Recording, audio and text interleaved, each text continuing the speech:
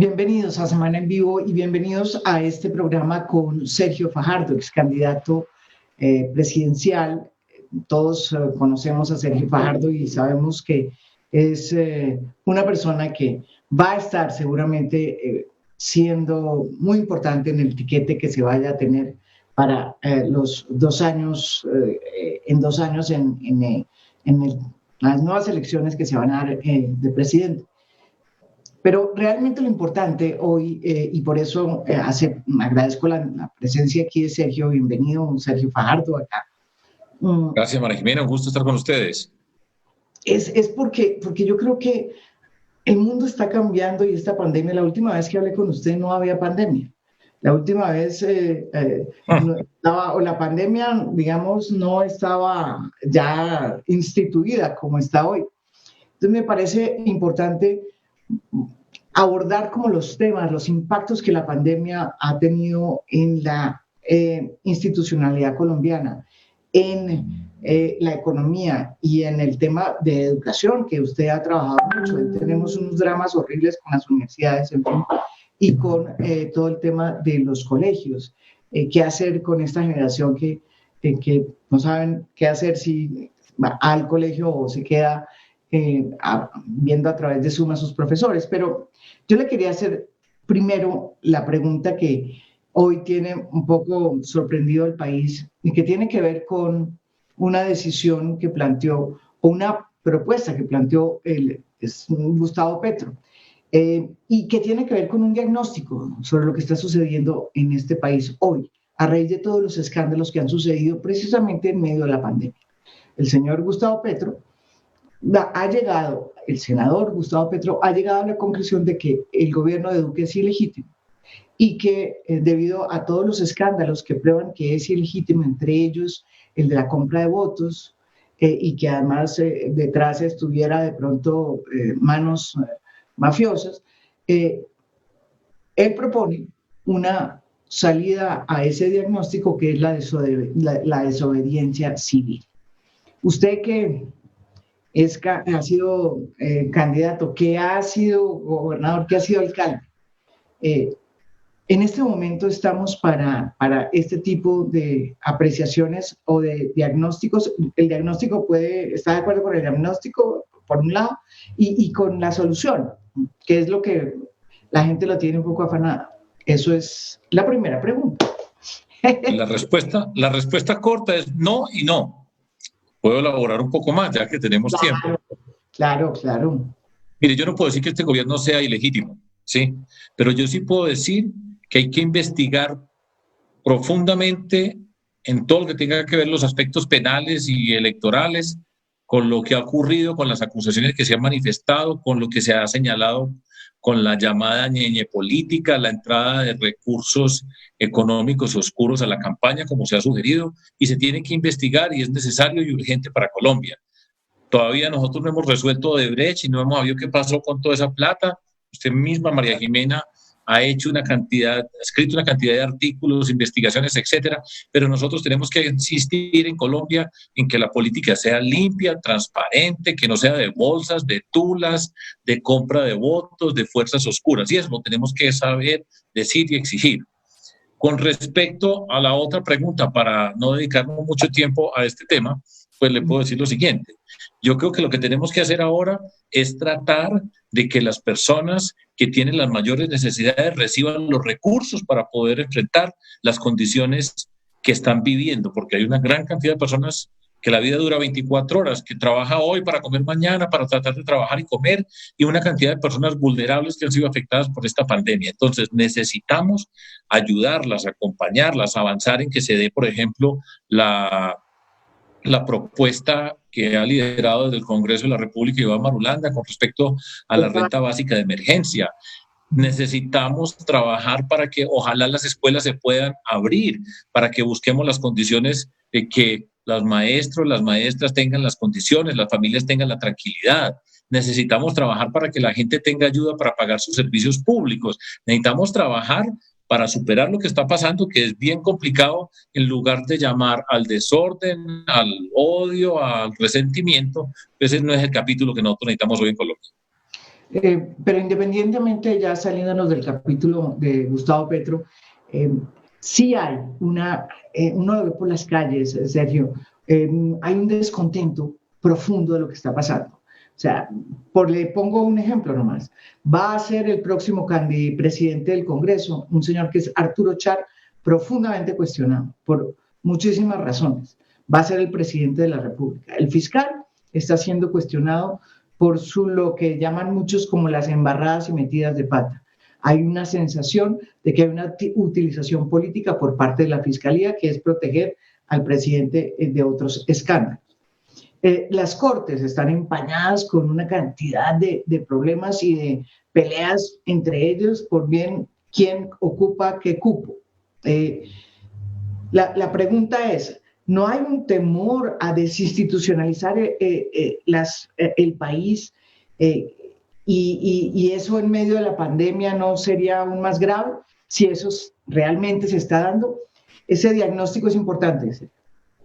Primer punto, María Jimena, no tengamos la menor duda de que en Colombia hay una indignación y un malestar social profundo, que no arrancó con la pandemia, que viene desde, para situarnos el año pasado y no ir muy atrás, lo que ocurrió en las elecciones regionales del 2019, donde una manifestación ciudadana de inconformidad profunda con las estructuras políticas tradicionales, lo que fueron las marchas de noviembre del año pasado, donde hay un país que está indignado con las desigualdades, con la corrupción, con la pérdida de confianza en las instituciones colombianas. De eso no tengamos la menor duda, eso está ahí y cada día es más grande.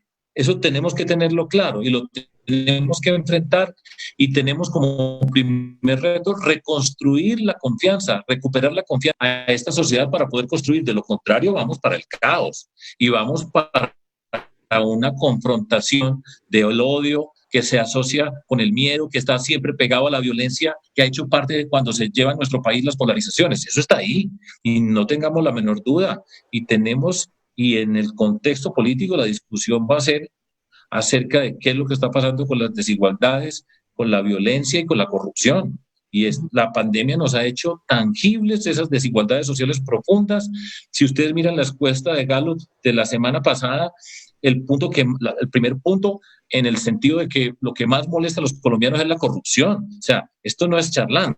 Aquí hay una crisis seria de unas bases institucionales. Ahora, lo que nosotros tenemos que hacer es recuperar la confianza para poder construir y para poder avanzar, no destruir o no arrasar para pretender construir.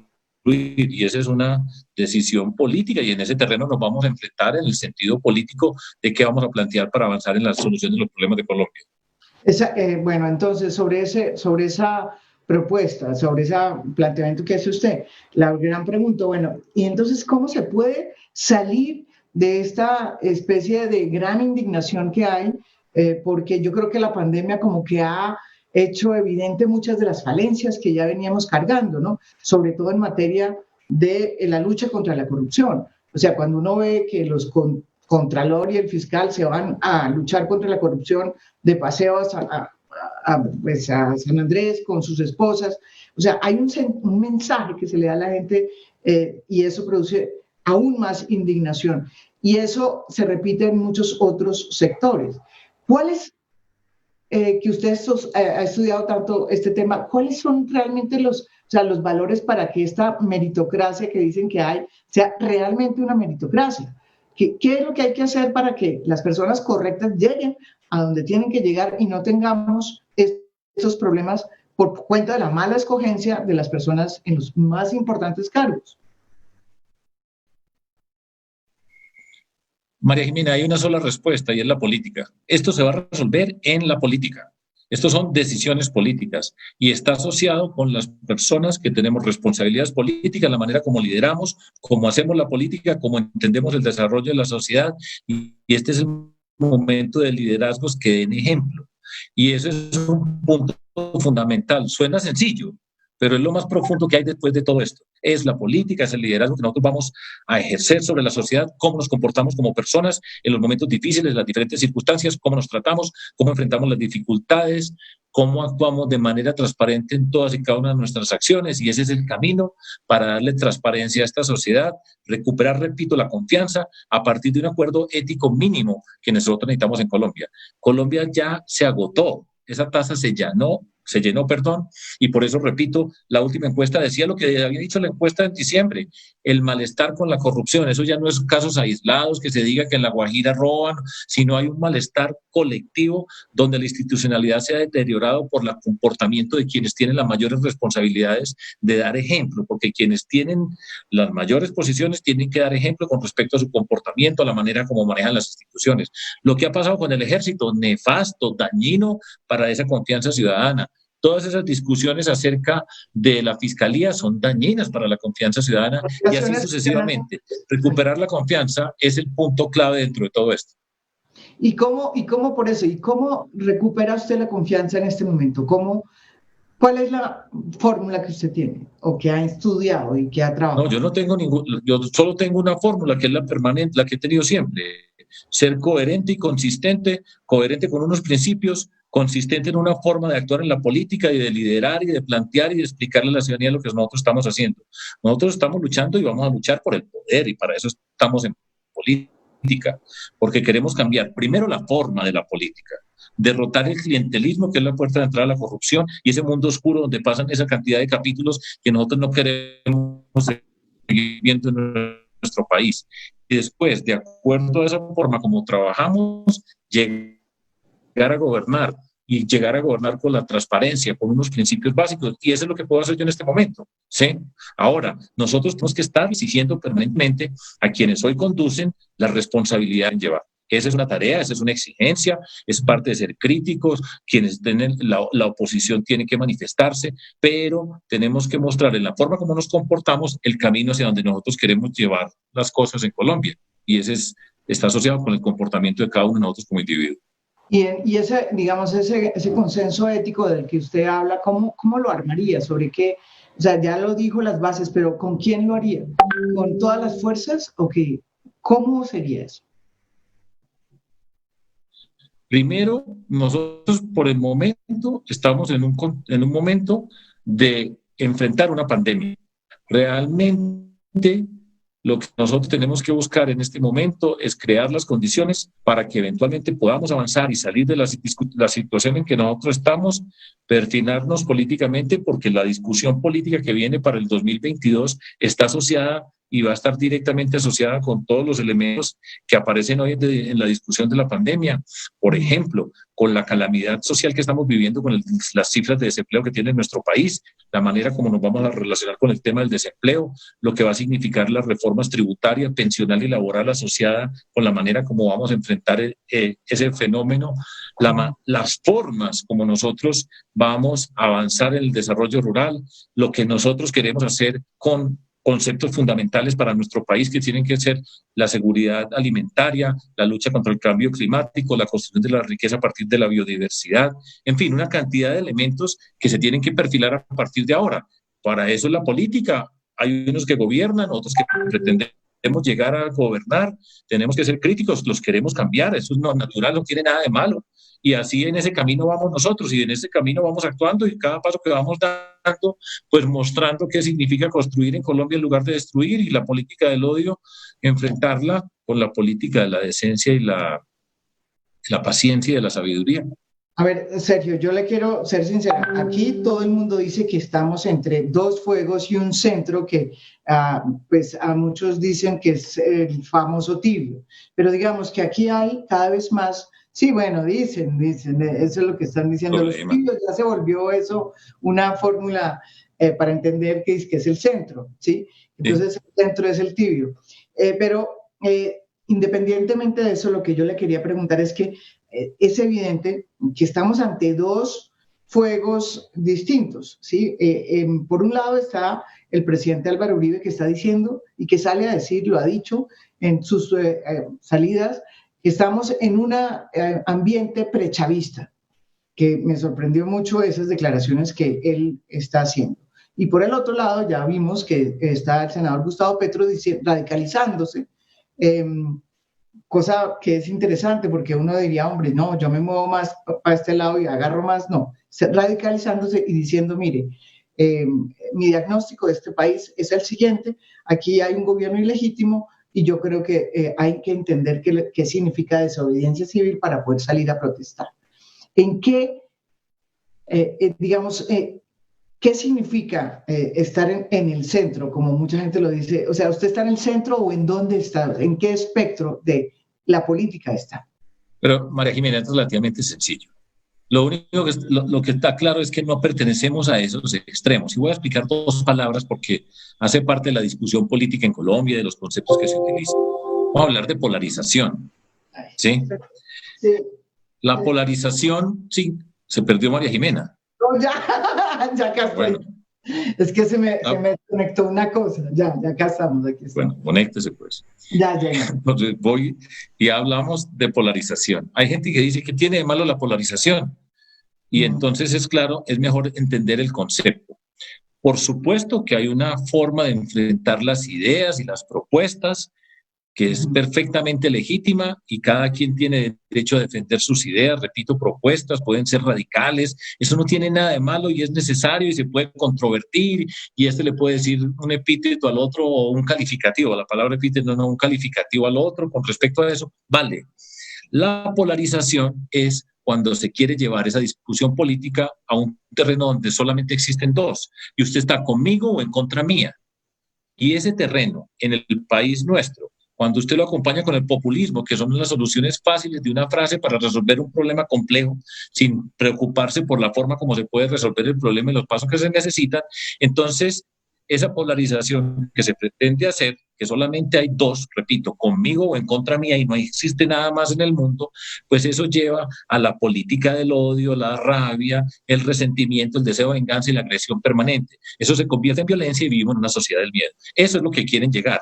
Y lo que nosotros planteamos es, estamos por fuera de eso. Nosotros no creemos en esa confrontación, no creemos en esa polarización, no creemos en el populismo como la herramienta para resolver los problemas complejos de una sociedad, creemos en que se puede construir, creemos en que se puede diferir sin ser enemigos, creemos, y yo particularmente creo así, que uno puede vivir en la vida tratando a las otras personas como quisiera que lo trataran, y ese es el espacio que nosotros estamos construyendo, y yo estoy seguro que en Colombia, así suscite a veces emoción y se hable de valentía y de mire cómo se dijo una cosa, yo no tengo la menor duda que la mayoría de personas en Colombia están por un país en donde se construya, que se salga de esos extremos, porque ya estamos agotados de una confrontación innecesaria que no permite construir, que no permite avanzar, que solamente hace daño, y en ese daño no queremos estar nosotros. Nosotros, yo estoy seguro de que va a ganar en el 2022 una convergencia alternativa por fuera de la estructura política tradicional, y tenemos que construir esa convergencia alternativa. ¿Quiénes vamos a estar? Ya veremos cómo hacemos para encontrarnos, para construir este tipo de convergencia que, repito, que construya, que no arrase, que no dañe, que recupere la política del odio, la rabia, la venganza, el miedo. Eso no queremos nosotros. ¿Le quiere decir a eso? Sí. Se nos fue. Tibio, no hay problema. No, bueno, no. Pero yo le quería decir otra cosa. Mucha gente, sí, no, aquí estamos. No, es que hay un problema de su conexión por allá.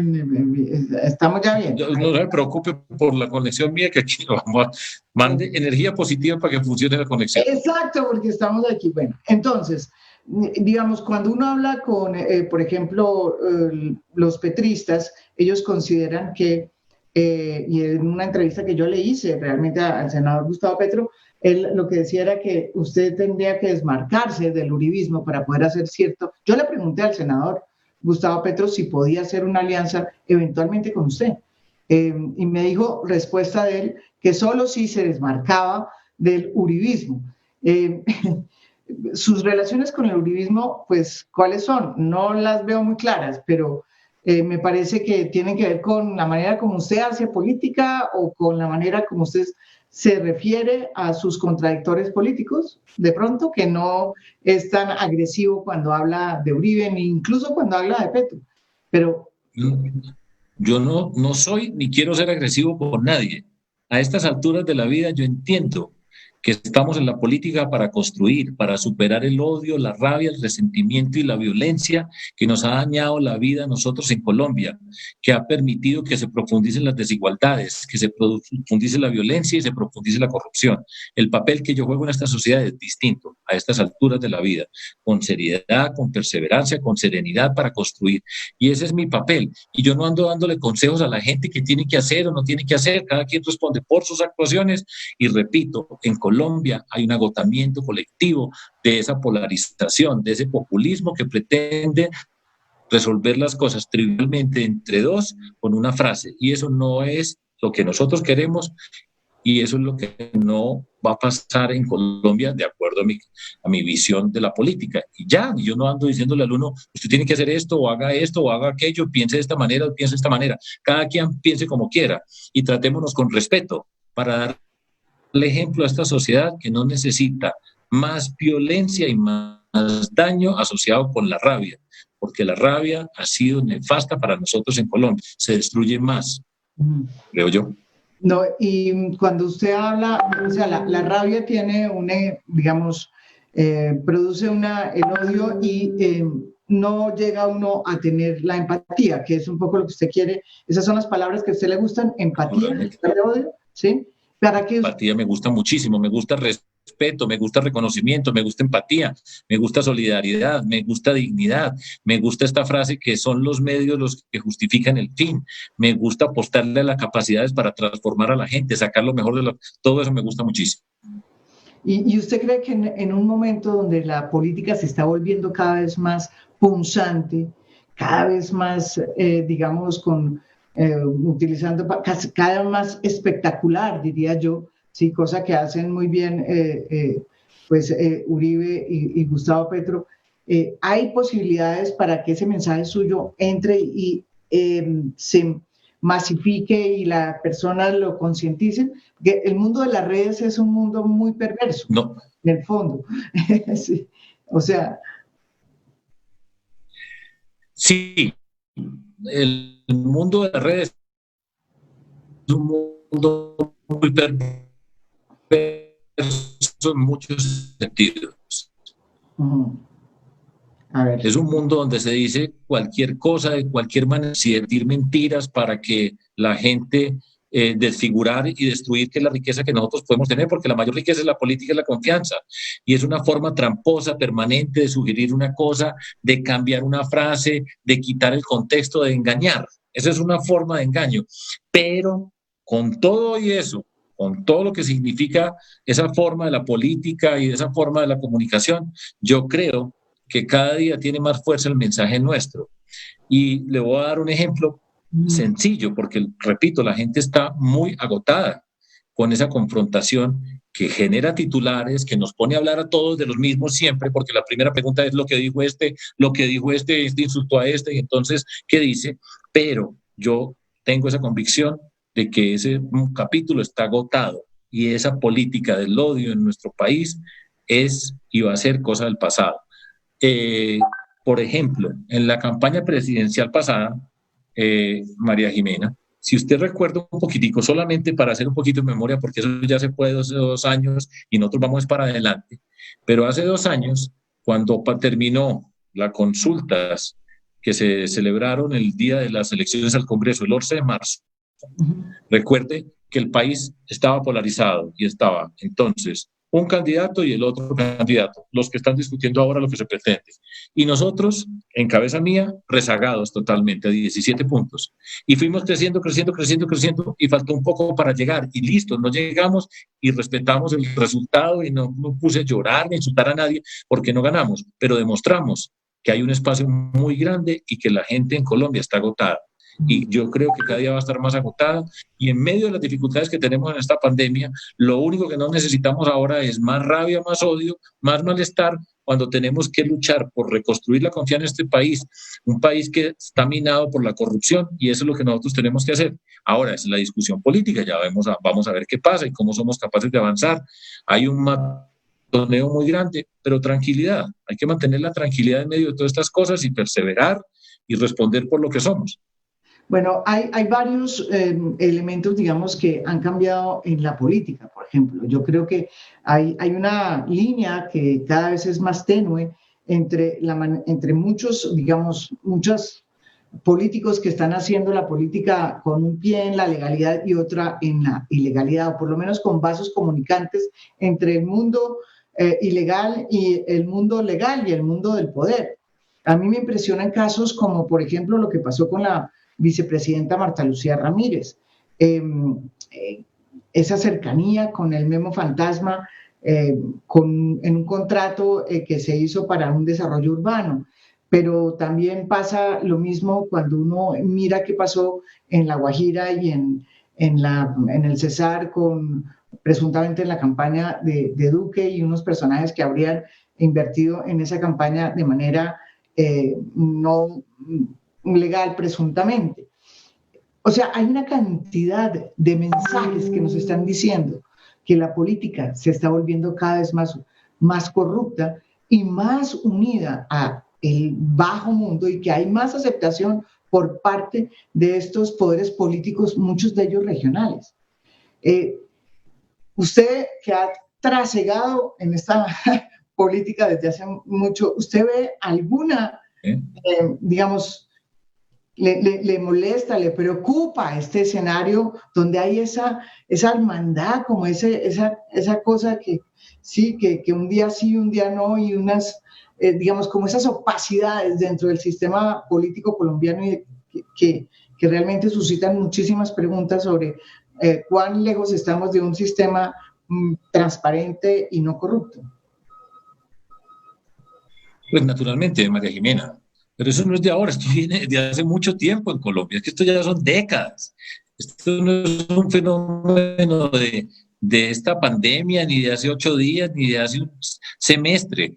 Aquí ha habido en el mundo de la política un mundo oscuro donde se han mezclado una cantidad de influencias que ya han sido documentadas en más de una oportunidad y se han visto.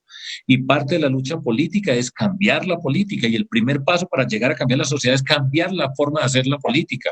Y por eso nosotros podemos responder por nuestras actuaciones. Ahora este es un mundo heredado que pasan todo tipo de cosas por todos lados, pero la política hay que cambiarla, y por eso pues no es un accidente que después de tantos años el primer punto de malestar de las personas en Colombia hoy, en el marco de la pandemia, es la corrupción, que está asociada con la política, la forma como se hace la política de las tulas, de las bolsas, de una cantidad de cosas que han pasado detrás. Y nosotros, ¿qué tenemos que hacer? La cambiar, actuar de manera transparente y reiterar que las políticas se pueden hacer de una forma distinta. Es una batalla y hay muchos capítulos de oscuridad en lo que ha sido nuestra actividad política, y la tenemos que cambiar, y no hay otro camino además. Haga la política diferente. Y en esa confrontación estaremos, y por eso parte de la confrontación política y de lo que hemos visto, que hablábamos ahora de las redes, una de las alternativas o lo que se busca es tratar de encasillar a todos como si fueran los mismos con las mismas, que todos actuáramos de la misma manera, y no es así. Y eso es parte de lo que nosotros tenemos que hacer, reivindicar y participar y mostrar que se puede hacer de una manera diferente. Ese es el reto, y va a ser en la política. De eso no nos quepa la menor duda. Es en la política donde se da la transformación. Bueno, entonces pasemos al tema de lo que está pasando, por ejemplo, en el Congreso. O sea, todo esto se ha ido represando porque, ¿y por qué lo pregunto? Porque si usted va a ser candidato y en 2 años comienza esta campaña, en menos de 2 años ya vamos a tener un nuevo presidente. Pero a lo que voy yo es que tenemos en la pandemia una situación muy complicada en términos, digamos, de institucionalidad. La justicia pues está caminando muy lentamente debido a la pandemia. El Congreso virtual prácticamente es como un juguete, muy difícil de entender qué es lo que está pasando ahí. Vamos a poder, de pronto vamos a llegar hasta todo este año así, virtual, y de pronto el año entrante. Hay unos signos complicados en ese sentido que tienen que ver con, digamos, todo el sistema de checks and balance y el sistema que funciona. ¿Cómo puede usted entender que puede llegar el país, digamos, y las instituciones a las elecciones presidenciales sin Congreso, porque no va a haber Congreso casi, ¿sí? Pues sino virtual, ¿sí? Y la pregunta es, ¿usted está de acuerdo con el Congreso virtual o le gustaría semipresencial? ¿Le parece importante lo que está pasando en el Congreso? ¿Le parece que afecta o no afecta a la institucionalidad colombiana, y eso cómo va a afectar en términos de campañas y de todo para la próxima campaña presidencial. Bueno, primero, a mí me preocupa muchísimo el papel que ha tenido el Congreso y la forma como ha sido conducido el Congreso, donde se le ha quitado la voz en medio de la emergencia que estamos viviendo. Es natural que en el contexto de una emergencia, pues, el presidente tenga una capacidad para tomar ciertas medidas extraordinarias, porque no estamos viviendo un periodo ordinario. Pero el Congreso de la República siempre tiene que ser la voz del control político para todas y cada una de las actuaciones del Ejecutivo. Y eso ha sido cercenado por la forma como fue conducido el Congreso, y vamos a ver qué pasa ahora a partir del 20 de julio. Yo creo que el Congreso es necesario, es urgente, pues ojalá que se puedan crear las condiciones para que exista por lo menos algún tipo de presencia física dentro del Congreso de la República. Naturalmente que esas reuniones virtuales de congresistas pues están muy lejos de lo que significa la práctica del Congreso, lo que es estar en el escenario de la política, las discusiones, etcétera, pero necesitamos, en resumen, la voz del Congreso supervisando, haciendo el control político, y ese control político no se ha hecho. Esa es una afectación de la política y es una afectación seria. Además, el gobierno nacional no ha hecho ningún esfuerzo por darle valor al Congreso de la República en estos momentos. O sea, las personas del Congreso del gobierno que conversan con los congresistas. De hecho, este sería un buen momento para haber buscado algo que el presidente Duque dijo desde el primer día, que quería buscar la unidad de los colombianos, y no se hace ningún esfuerzo por buscar la unidad con personas que puedan pensar distinto, pero que bajo unas circunstancias de emergencia pueden aportar y podrían estar apoyando el trabajo del gobierno si se hubiera convocado a algo de esa naturaleza. Pero bueno, esa es la política. Ahora, lo que viene a continuación, pues hay un problema, y para personas como nosotros, como yo, que aprendí a hacer política caminando, a pie, en las calles, en las esquinas, entregando un volante, mirando a los ojos, dándole la mano a las personas, sin duda que estas circunstancias pues nos ponen en una situación diferente, y es difícil, y nosotros quisiéramos poder salir y avanzar, pero pues tenemos que entender en lo que estamos viviendo y nos tendremos que ajustar a estas circunstancias, pero esperemos que la campaña presidencial del 2022, pues ya en el momento que estemos en esa circunstancia, podamos hacer la campaña de manera abierta en la calle con las personas, pero pues nos afecta la vida y tendremos que tener la inteligencia para descubrir y entender qué retos tenemos y adaptarnos a esos retos. Usted siempre habla de adaptación, pero lo que estamos viendo es que ha sido difícil adaptar muchísimas cosas que son importantísimas para la sociedad, como por ejemplo todo el tema de la educación. O sea, la educación, usted que ha sido profesor y maestro, o sea, por Zoom todo, hay cosas que no se pueden hacer. Hay carreras que son, como por ejemplo la medicina, tienen que ser presenciales, el arte, la música, en fin, hay muchísimas carreras que no, pero sobre todo que uno ve, y no sé si esa es, digamos, la percepción que ve la gente, uno ve confundido al gobierno en el tema de cómo tratar el tema de educativo. O sea, un día dice esto, otro día dice que no sabe cuándo tienen que salir, y no saben si tienen que salir los niños chiquitos, los niños que están en bachillerato, y sobre todo el tema de las universidades. Las universidades están viviendo una situación muy complicada porque muchos que estaban estudiando se van a salir y no va a haber personas en las universidades. O por lo menos el número de estudiantes que van a salir va a ser muy alto, porque prefieren no ir a todo a través de Zoom y esperar a que vuelva a la normalidad. O sea, ¿qué es lo que puede estar pasando a las universidades? ¿Qué está pasando con todo el tema educativo? ¿Qué generación estamos creando en este momento? Y sobre todo las jóvenes, ¿qué se les dice a estos jóvenes?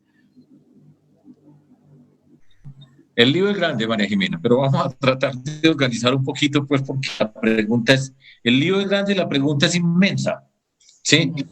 Y como tenemos tiempo, voy a tratar de organizarla por partes.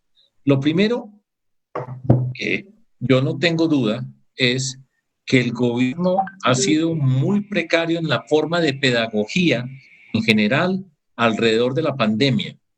Hay confusiones muy grandes donde no hay claridad acerca de la cuarentena. Yo creo que hoy usted le pregunta a una persona común y corriente en Colombia, le dice, ¿estamos en cuarentena? No estamos, y nadie sabe si puede salir, no puede salir, bajo qué circunstancias. Y yo creo que ha habido una falla pedagógica en explicar a la ciudadanía de qué se trata lo que estamos viviendo, tratar de responder el mayor número de inquietudes, reconocer la incertidumbre y explicar cuando está ante un problema que no se puede resolver, explicar por qué no se puede resolver.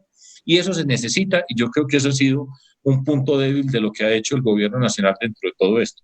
En particular, para el tema de la educación y lo que nosotros quisiéramos, que es el regreso a las aulas.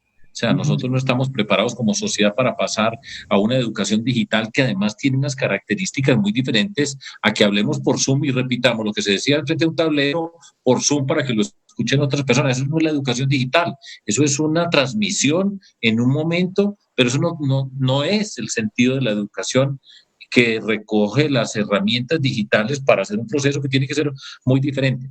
Pero lo que tendríamos que estar haciendo es trabajar para ir buscando alternativas, explíquele a la gente cómo se va a hacer o no se va a hacer.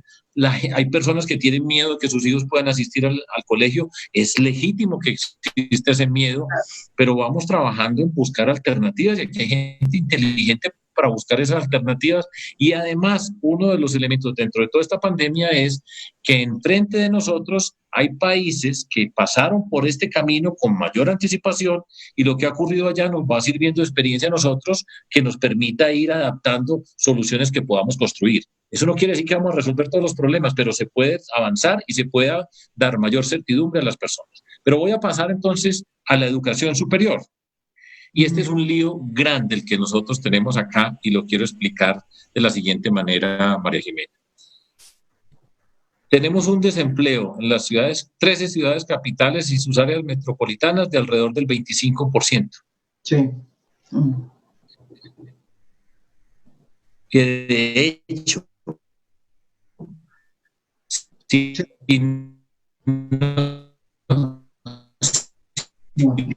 contáramos las personas que quieren trabajar pero que se quedaron en la casa sin porque no había para dónde se podían salir, visto previamente cuando se llegan a esas cifras de desempleo, es un costo altísimo para la sociedad colombiana, pero en todas las dimensiones posibles.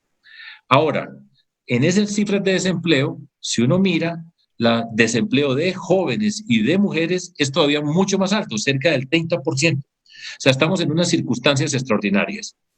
Y en particular, nos fuimos, se nos fue, se nos cayó Sergio Fajardo. Esto sí, ya se nos fue. Se fue. Se fue ya.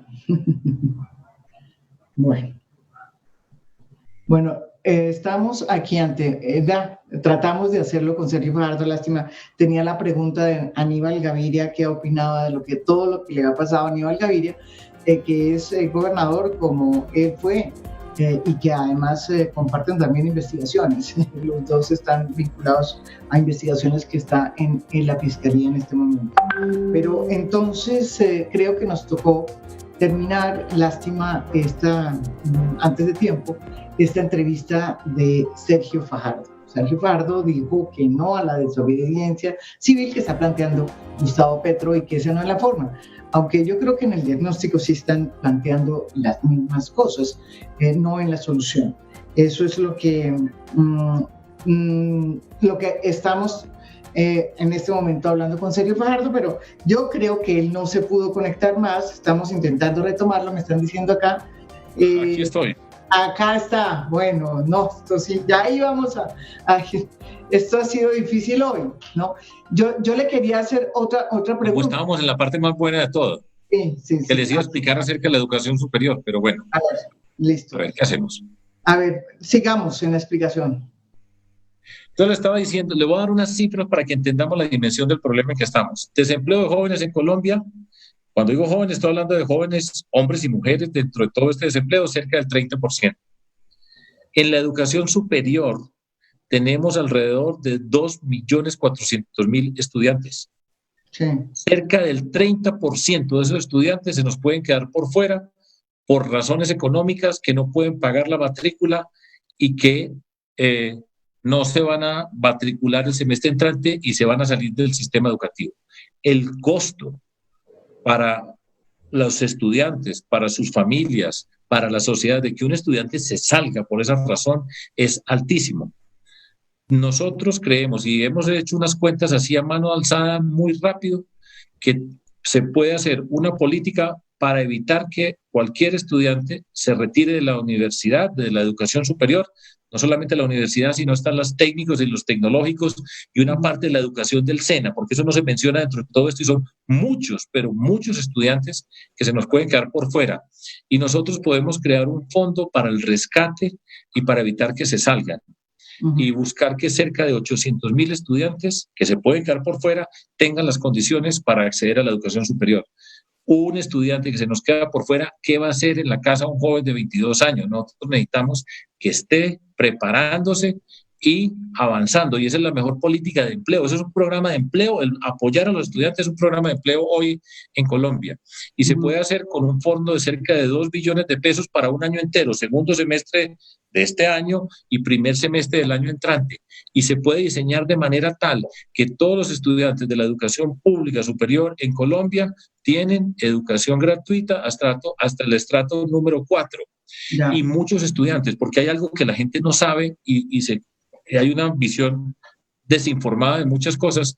En la educación superior universitaria, por ejemplo, el 60% de la educación superior universitaria es universidades privadas. Hay una cantidad de jóvenes estudiantes de familias de clase media que su familia hace un esfuerzo extraordinario por pagar una matrícula y que no tienen recursos. Y a esas familias que no tienen recursos porque perdieron el trabajo, les podemos llegar con un subsidio para que puedan avanzar y sus hijos puedan estudiar. Todo eso lo podemos hacer nosotros y es de afán y se puede hacer, y es una cifra alrededor, repito, un año entero, 2 semestres, alrededor de 2 billones de pesos, y se puede convocar, por ejemplo, al sector privado para que haga aportes para la manutención de estudiantes que también se necesitan, no solamente la matrícula, sino que puedan llegar a la universidad, tomar el transporte y comer. Y también dentro de todo eso se puede hacer un programa especial de educación, de formación para el empleo en las áreas que nosotros sabemos que se necesitan en nuestra sociedad. Todo esto asociado con el mundo digital, y se pueden hacer programas especiales. Necesitamos, fíjense lo paradójico, pero no podemos dejar que un joven se salga de la educación. Un joven que se nos sale es una pérdida para la sociedad porque es muy difícil que vuelva y tenemos que crear esas condiciones. Todo eso se puede hacer y hay, es una apuesta política, por supuesto, pero por los jóvenes de nuestro país, y yo estoy seguro que es por los jóvenes y por sus familias, porque muchas familias están pasando momentos muy difíciles y la educación siempre, bajo cualquier circunstancia, va a ser el primer paso para la libertad. ¿Y a usted le gusta lo que está haciendo la ministra de Educación? Pues cambie. No, porque yo creo que le falta muchísimo. Esto que estoy diciendo yo eso exige una gran cantidad de recursos. Por ejemplo, para la universidad pública pusieron 97.900 millones de pesos. Eso no alcanza. Con cerca de 400.000 millones de pesos se le puede dar educación, no pago de matrícula para los estratos 1, 2, 3 y 4, que son la mayor parte de los que están en la educación pública, y vale 400.000 pesos al semestre. Eso se puede hacer y es un hecho que tiene que ver con la situación que estamos viviendo. Los estudiantes, las familias y la sociedad se benefician. Entonces yo creo que lo que se está haciendo es muy poco para la dimensión del problema que estamos enfrentando. Y eso vale no solamente para la educación, sino para el apoyo de las familias que tienen necesidades, para las micro, pequeñas y medianas empresas que se necesitan unos apoyos mucho más decididos por las circunstancias que están viviendo. Bueno, y se me estaba olvidando porque aquí la gente me está preguntando por 2 cosas. Primero, usted, si llega a ser candidato, como pensamos que va a ser, ¿por qué partido lo va a hacer? ¿Cómo va a funcionar esa mecánica? Digamos que es también siempre un dolor de cabeza para usted. ¿Cómo va a ser? Porque muchos dicen que puede que usted sea el candidato del Partido Liberal, del Partido Liberal, no, digamos, de Juan Manuel de Santos. Muchos liberales, por ejemplo, de muchas personas que están insatisfechas en todos los partidos tradicionales que están agotados. Por eso es que va a ganar una convergencia alternativa. ¿Sí? ¿Usted cree que y en esa convergencia alternativa, quiénes estarían? A ver. Está por verse. Está por verse, ¿no? Todavía falta mucho camino por recorrer. Tenemos que construir un acuerdo ético para decir cómo les vamos a recuperar la confianza en este país, en las instituciones. Tenemos que reconstruir la confianza. Si no, vamos a hacer política para construir y no para la rabia, para el odio. Por ejemplo, eso tiene que ver con una decisión ética de la manera como nos entendemos en relación a la sociedad, un acuerdo programático que tenemos que construir, pero todavía falta camino. Seguro que va a haber muchas personas que quieren participar y ojalá que participen bastantes, que necesitamos enriquecer las visiones que nosotros tengamos, tener un programa sólido, serio, que permita enfrentar lo que estamos enfrentando y ese es el camino, pero por ahora no nos precipitemos, María Jimena, a ver quiénes estamos, no estamos, sino trabajemos y apoyemos y miremos a ver cómo avanzamos en el marco de esta pandemia. Usted que ha oído los audios del Ñeñe y estuvo en esa campaña, ¿qué le suscitan esa cantidad de audios que hablan de compras de votos y de digamos, financiación por debajo de cuerda?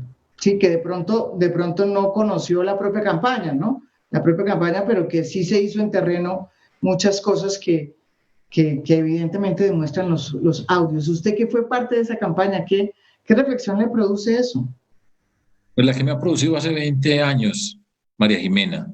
En la política en Colombia siempre ha habido unas reglas. Por ejemplo, en Colombia hay unos topes en las elecciones y hasta el día de hoy creo que nadie ha escrito que se haya pasado un tope, lo cual podría significar que en Colombia todos somos cumplidores de la ley o aquí hay una cantidad de trampas. En la política en Colombia, en muchos aspectos ha habido trampas, ha habido plata ilegítima del narcotráfico ilegal, plata que no se anota en las campañas, en fin, eso hace parte de esa historia de Colombia y parte fundamental de lo que nosotros tenemos que cambiar es esa forma de la política.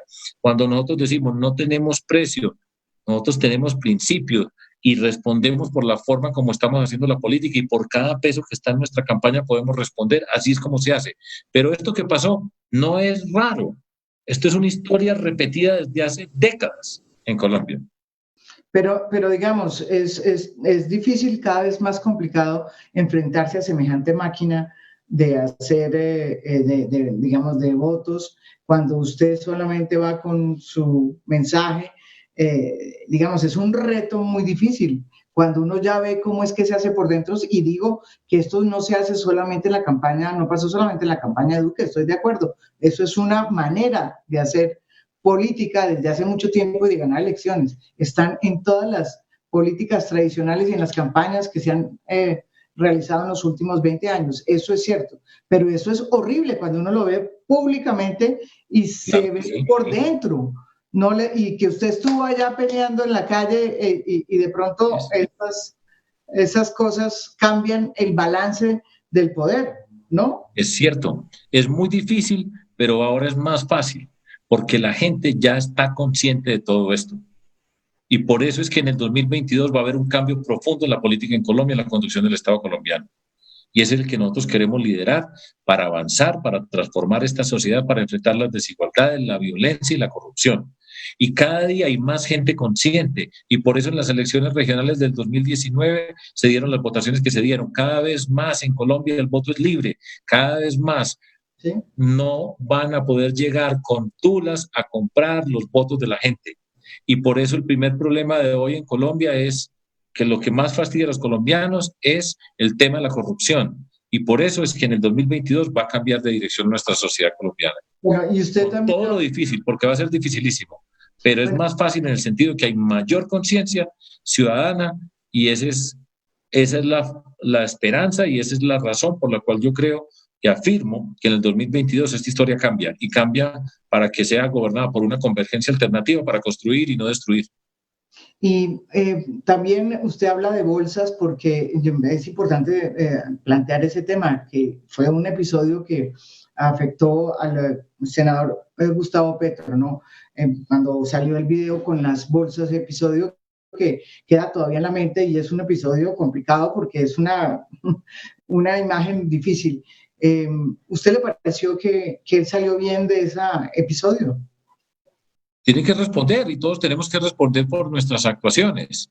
Y cuando yo uso la palabra bolsa, tulas, paquetes, etcétera, es una forma de que en el país entra plata que llevan en, pues, ¿cómo se dice? En rama, o sea, en billetes que las llevan y no aparecen registradas en ninguna parte y entran a ser parte de la campaña.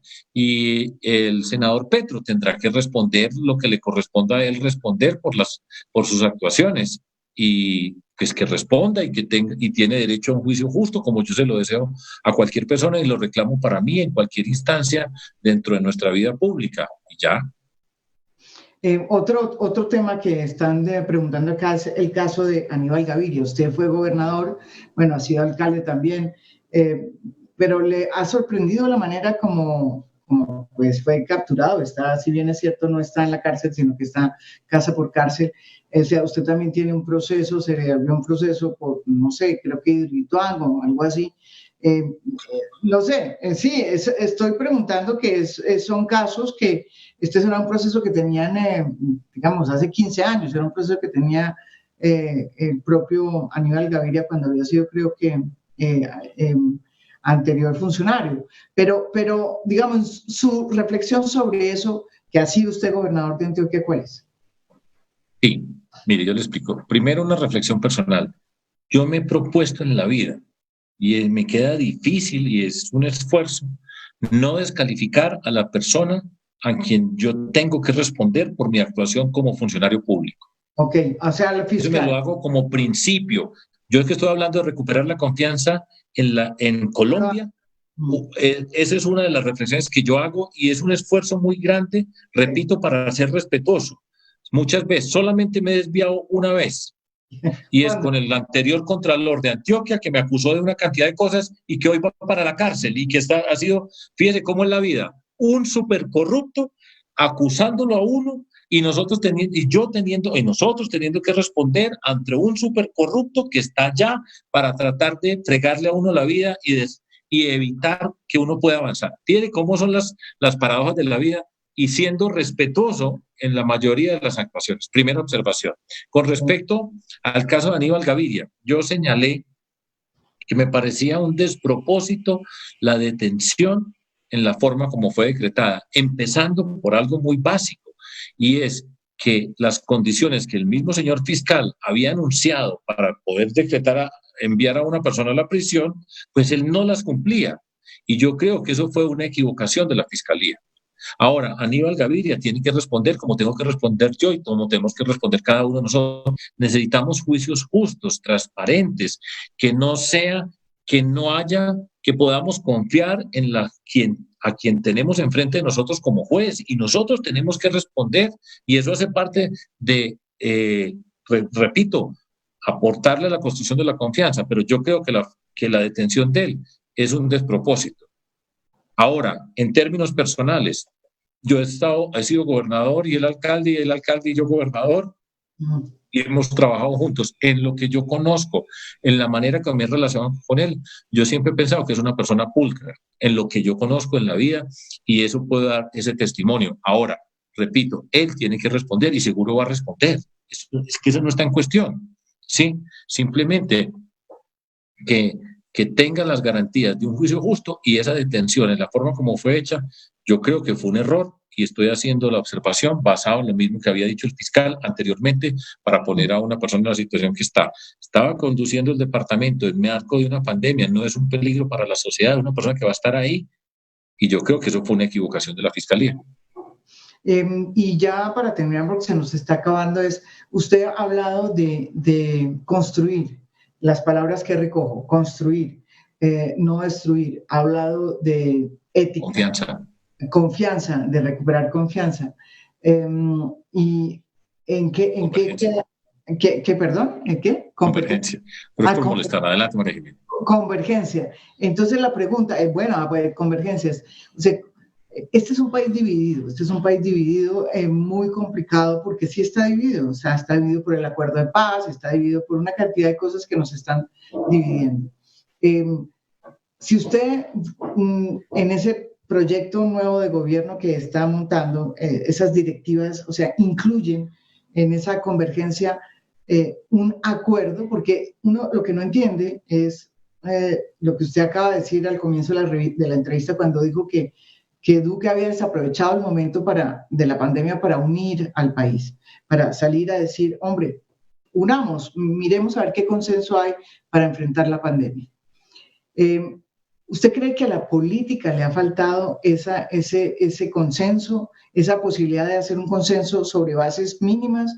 ¿Y usted es capaz de hacer eso ahora? Porque también muchos lo criticaban a usted de que no hacía ese tipo de consensos, que usted era demasiado duro también y no hacía ese tipo de consensos. Digamos, en eso se ha reflexionado mucho en el tipo de consenso que hay que hacer en un país sin que se pierdan las diferencias, ni se pierdan las diferencias de partidos, ni ideológicas. O sea, ¿por qué diablos la política en Colombia es incapaz de crear un consenso ni siquiera en cómo enfrentar la pandemia?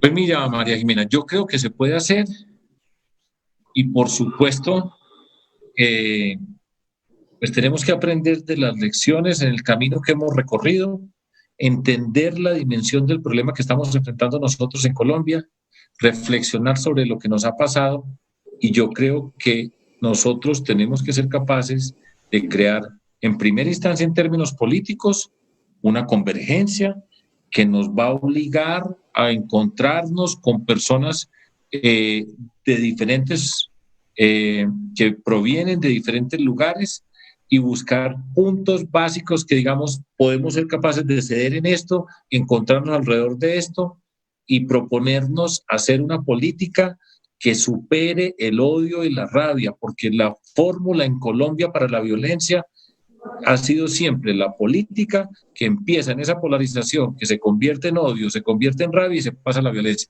Tenemos que tener la madurez y la capacidad para hacer eso. Es un lío. Es un lío y yo por eso siempre hablo primero de un acuerdo ético. Pero pues ese es el mínimo esfuerzo que tenemos que hacer y yo creo, después de 20 años de participar en política, de estar en este mundo y de haber aprendido tantas cosas, de haberse estrellado, de haber tenido éxito, de haber mostrado tantas cosas, yo creo que estamos en capacidad de hacerlo. Ahora, esa es la responsabilidad que tenemos con este país y yo quiero repetir, recuperar la confianza en Colombia. Sin confianza no hay materia prima para hacer transformaciones. Y la fórmula fácil nuestra siempre ha sido la rabia, el odio para la violencia. Y eso se va a enfrentar con una convergencia en que seamos capaces de hacer ese acuerdo. ¿Estaremos a la altura? Pues ese es el reto político que nosotros tenemos. Repito, es difícil, a mí particularmente me queda también difícil ciertas circunstancias, pero para eso uno madura, para eso uno crece, para eso uno aprende, para eso uno se transforma, para hacer las cosas. ¿Qué ha aprendido Sergio de todas sus, o sea, qué aprendió, por ejemplo, de la campaña última? No, pues he aprendido muchísimas cosas, pero si quiere después dedicamos un programa entero para todo lo que he una pregunta que se nos va, esa, ya final, ¿qué aprendió en política usted? ¿Qué le pasó ese día que lo derrotaron en primera vuelta? Pues mire, yo aprendí, pues dentro de todo eso, primero, aprender a respetar las reglas. La primera palabra que yo dije fue, así fuera una diferencia de menos de 200,000 votos con el candidato Petro, ¿sí? ¿Qué dije yo?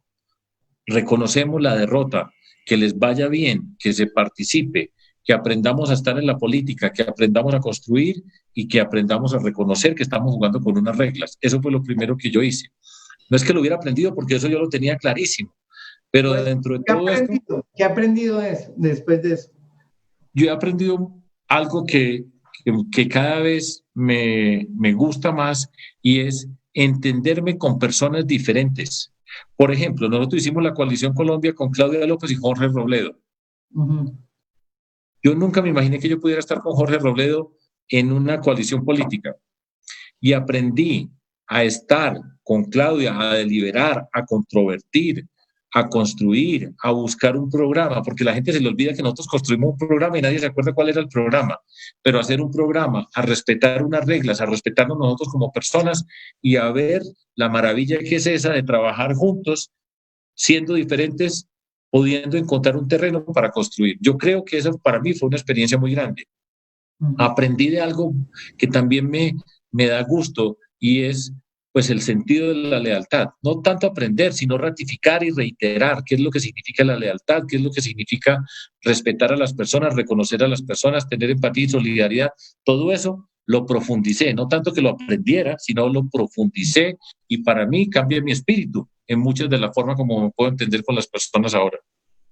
Bueno. Todo eso hace parte de eso. Ahora, aprendí lo que significa ver lo que significa la agresión, la trampa, todo eso. También vi esa película. Esa película está vista y cada día más convencido que ese no es el camino para Colombia y que se puede hacer distinto. Y yo creo que lo podemos hacer y tengo la convicción de que se puede construir y que no hay que estar insultando a las otras personas para ser diferente y que nos merecemos algo diferente en Colombia. Y yo tengo mucha ilusión de que lo podamos hacer en el marco de una situación política, social, económica, dificilísima que viene para nosotros en Colombia. Sí, yo le digo que el próximo presidente de la República va a tener muchísimos más problemas que solucionar o que enfrentar, sí, y desafíos monumentales por cuenta de esta crisis que sobrevino y que nadie esperaba. Eso es cierto, la pandemia nos puede tener ante un escenario muy distinto. Pero bueno, me parece muy importante todas estas reflexiones. Gracias porque de alguna manera sobrevivimos a la banda ancha suya, que está no muy ancha, donde está. Todo problema lo resolvemos, María Jimena. Pero con tranquilidad, sin gritar, sin romper el computador, nada, tranquilo, vamos a resolver los problemas, vamos a gobernar al país, no vamos a resolver un problema de una banda ancha.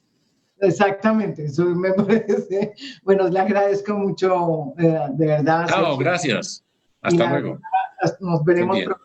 Muchísimas gracias y a ustedes los espero mañana con otro tema de interés nacional. Muy buenas noches.